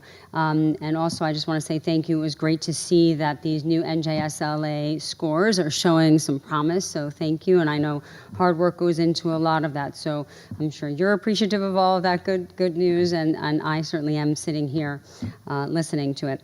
Not as a Q&A, but just, I don't know what DIBBLE stands for, so at some point, maybe if you could just let me know. I'm sorry, I must have missed it at another meeting. Also, I was just curious, as I was looking at some of the scores, and it's notable that the score bars are showing that a lot of new entries are where some of the score numbers go down. And obviously with planning for future and what we know is coming down the road, I know you're anticipating it with your new committee. I know a lot of your work with enrichment and your action steps and just your whole pursuit of excellence overall goes into the mix of how to address that. I was just curious if you use any kind of technology with the students, I guess age appropriate, and also the parents regarding texting or even emails that go out as soon as test scores go out. I don't know how much goes to the student and how much goes to the parents so that there's more parent involvement, and if that's then tracked in any way that you show involvement from the parent and response levels as these numbers come out. And I don't know if it digs down that deep. So I was just curious if that's out there. And that's pretty much it for me. But thank you very much again for all your time. Lots of input. Appreciate it. An answer? Doesn't matter.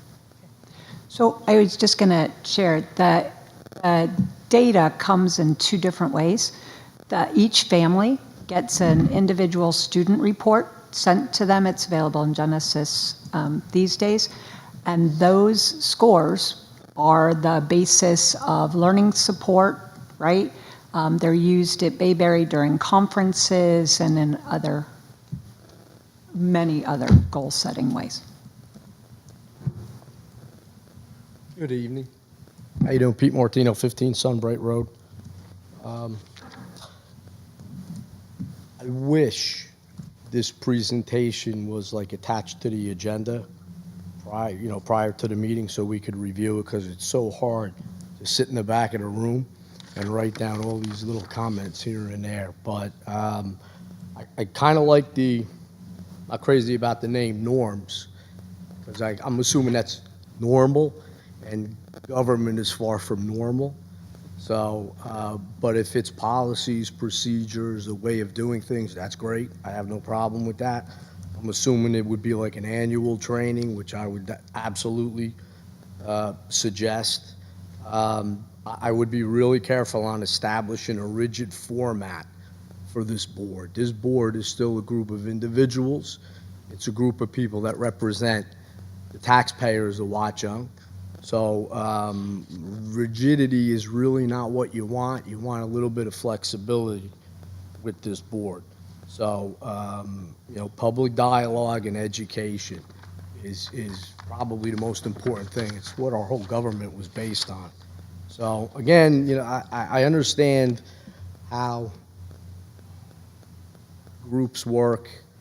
I'm very leery when I see the board always voting one way unanimously, because you got however many people sitting in a room, there's always going to be question, there's always going to be disagreement, and there's going to be a lot of opinions. So I don't want to see the board handcuffed in any way by some type of a policy that tells them how to do their research, how and when to speak, and always use this public forum. This public forum, and that's what it is, it's not for you only, it's also for us. How does the public become educated in how our government works, except for right here? All right, now again, 3 people in a room does not really show an overwhelming backup for what I'm talking about, but the truth is, even if one person becomes educated, it's worth it. So, somebody mentioned conflicted board. I'm really not sure what that means. That word really shouldn't be used towards members. Okay, just because somebody doesn't agree with you, somebody may have a different opinion, somebody may sit at this meeting and it may go back and forth with some type of a dialogue, and I call it dialogue. I don't call it fighting, I don't call it arguing, I call it a dialogue, because that's what it is. It should be respectful to each other. You talk about anti-bullying, this room should also be included with that. And it shouldn't just be for the children, the teachers, and the vendors. It should be even for the parents and the community members that come here. So again, please be careful with that. I hope you give it a lot of flexibility. Again, when I see everybody voting unanimously, some people see camaraderie. I know this is a tough word, but I couldn't find a better one. I see a type of collusion. Not the illegal part of it, but almost like it was discussed ahead of time. So again, we know that's a problem, and we know what happens. I know what happens, but it is a violation. When I see conflicting opinions, I see variety. I see the people I'm going to vote for, and I'm going to say, I'm going to vote for you because I agree with what you said. I'm not going to vote for someone else because of what they said. So again, the variety is important. I see open minds at that point. Okay, and that's what you're here for. You're not here to all vote a specific way. You're supposed to really listen to us, and again, use your own,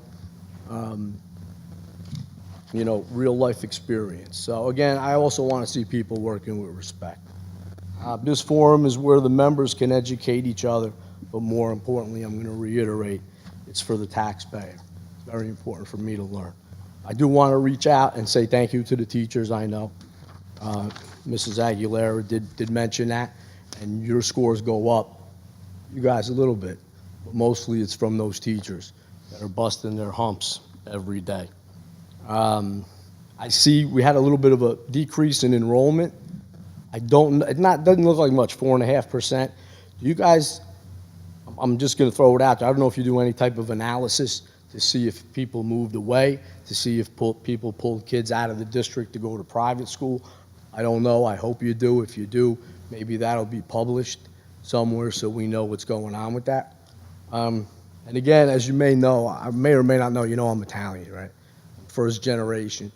I know I mask it very well. I just want to mention that October is also Italian American Heritage Month. I like to reach out to everybody. Hope you had a good Columbus Day, and a big shout out, a little history. The man who this country was named after, Amerigo Vespucci, okay, who found the North American continent. I know maybe we don't get maybe a history lesson at every board meeting. History lesson at every board meeting will educate us a little bit more too. So again, thank you guys for your volunteer service, and anytime you need something, you know where I'm at. All right, have a good night. Thank you. Thank you, Mr. Martino. There is a demographic study in the regionalization report. Okay, thank you. Okay, so we're not having an executive session tonight. Okay, so We can move on to action items. Mrs. Harvey, could you move the items under administrative? Sure. I move 1, approve minutes of previous meeting. 2, approve New Jersey Department of Education 24-25 school self-assessment. 3, approve the 25-26 Board Goals Action Plan. 4, accept school bus emergency evacuation drill report. 5, accept Bayberry and Valley View school security drill report. 6, approve special education placement. 7, approve the district professional development plan. 8, approve the district mentoring plan. Thank you. Do I have a second? Second. Any discussion? Okay, we can move to roll call, please. Sure. Mr. Gonzalez, Yes. Mrs. Jewett, Yes. Mrs. Maddox, Yes. Mrs. Harvey, Yes. Mrs. Santos, Yes. Mrs. Amadeo, Yes. and Mrs. Agliaro. Yes. And Mr. Frage and Mr. Kraft are absent. The motion passes. Thank you. Mrs. Maddox, do you mind moving the items under personnel? Yes, I move to, number 1, reappoint district administrators. 2, reappoint tenured certificated staff. 3, reappoint non-tenured certificated staff. Why does that just not sound like a good word? This Not a real, it's only an education word. It's not a real word. Don't This worry. doesn't flow very well. Number 4, reappoint district aides and paraprofessionals. Number 5, reappoint central office district staff. Number 6, reappoint secretarial staff. Number 7, reappoint custodial grounds and maintenance staff. 8, approve salary guide level advancement 2025 through 2026. 9, approve job descriptions for senior accountant. 10, approve change of assignment. 11, authorize final payment of accumulated benefits. 12, approve revised leave of absence. 13, appoint district substitutes for the 2025 through 2026 school year. 14, approve clinical experience. 15, approve Bayberry extracurricular positions for 2025 through 2026. 16, approve Valley View extracurricular positions for 2025 through 2026. Second. Any discussion? Okay, roll call, please. Sure. Mrs. Amadeo, Yes. Mrs. Jewett, Yes. Mrs. Santos, Yes. Mrs. Maddox, Yes. Mrs. Harvey, Yes. Mr. Gonzalez, Yes. Mrs. Agliaro. Yes. Okay. Mr. Frage and Mr. Kraft are absent. The motion passes. Thank you. Mr. Gonzalez, could you move the items under operations finance, please? Sure. I move 1, approve payments of bills as follows. 2, approve transfer of funds 2025-2026. 3, accept financial reports. 4, approve payment applications, Bayberry Valley View HVAC upgrades. 5, accept Youth Service Commission grants. 6, authorize to refuse Title III Part A funds. 7, approve professional development, school business, and related expenses. And 8, accept donation to funds, Reflect Math. Second. Any discussion? Roll call, please. Mrs. Harvey, Yes. Mrs. Jewett, Yes. Mrs. Santos, Mrs. Maddox, Yes. Mr. Gonzalez, Yes. Mrs. Amadeo, Yes. Mrs. Agliaro, Yes. Mr. Frage, and Mr. Kraft are absent. The motion passes. Thank you. Mrs. Amadeo, could you move the item under curriculum, please? Yes, I move this first item, approve the potential field trips for the 25-26 school year. Second. Any discussion? Okay, roll call, please. Okay, 1 second. Okay. All right. Mr. Gonzalez, Yes. Mrs. Jewett, Yes. Mrs. Maddox, Yes. Mrs. Santos, Mrs. Harvey, Yes. Mrs. Amadeo, Yes. Mrs. Agliaro, Yes. Mr. Frage, and Mr. Kraft are absent. The motion passes. Thank you. There's no items listed under policy, so we can move on to board business. Does anyone have board business? Okay, moving on to comments from the public. As there are none, I make a motion to adjourn. So moved. Second, all in favor, say aye. Aye. Meeting adjourned.